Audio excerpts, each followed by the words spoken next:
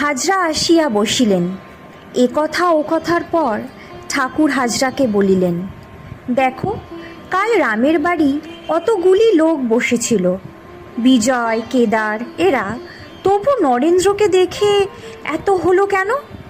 কেদার আমি দেখেছি করুণানন্দের ঘর। ঠাকুর পূর্বদিনে মহাষষ্ঠীর দিনে কলকাতায় প্রতিমা দর্শনে গিয়েছিলেন। অধরের বাড়ি প্রতিমা দর্শন করিতে যাওয়ার আগে রামের বাড়ি হইয়া যান। সেখানে অনেকগুলি ভক্তের সমাবেশ হইয়াছিল। নরেন্দ্রকে দেখিয়া ঠাকুর সমাধিস্থ হইয়াছিলেন।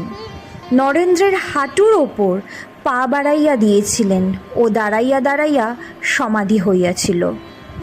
দেখিতে দেখিতে নরেন্দ্র আসিয়া উপস্থিত। ঠাকুর আনন্দের আর সীমা রইল না। নরেন্দ্র ঠাকুরকে প্রণামের পর ভবনাথদের সঙ্গে ওই ঘরে একটু গল্প করিতেছেন। কাছে মাস্টার, ঘরের মধ্যে লম্বা মাদুর পাতা। নরেন্দ্র কথা কহিতে কহিতে উপুর হইয়া মাদুরের ওপর শুইয়া আছেন।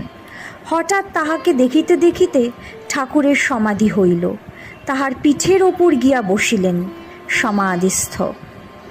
ভবনাথ গান গাইতেছেন, ওগো আনন্দময়ী হইয়ে মা, আমায় নিরানন্দ করো না।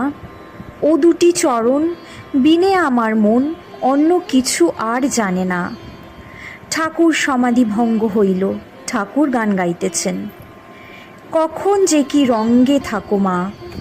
ঠাকুর আবার গাইতেছেন, বলো রে শ্রী দুর্গা নাম, ওরে আমার আমার মন রে, নমো নমো নমো গৌরী, নমো নারায়ণী, দুঃখী দাসী করে দয়া তব গুণে জানি।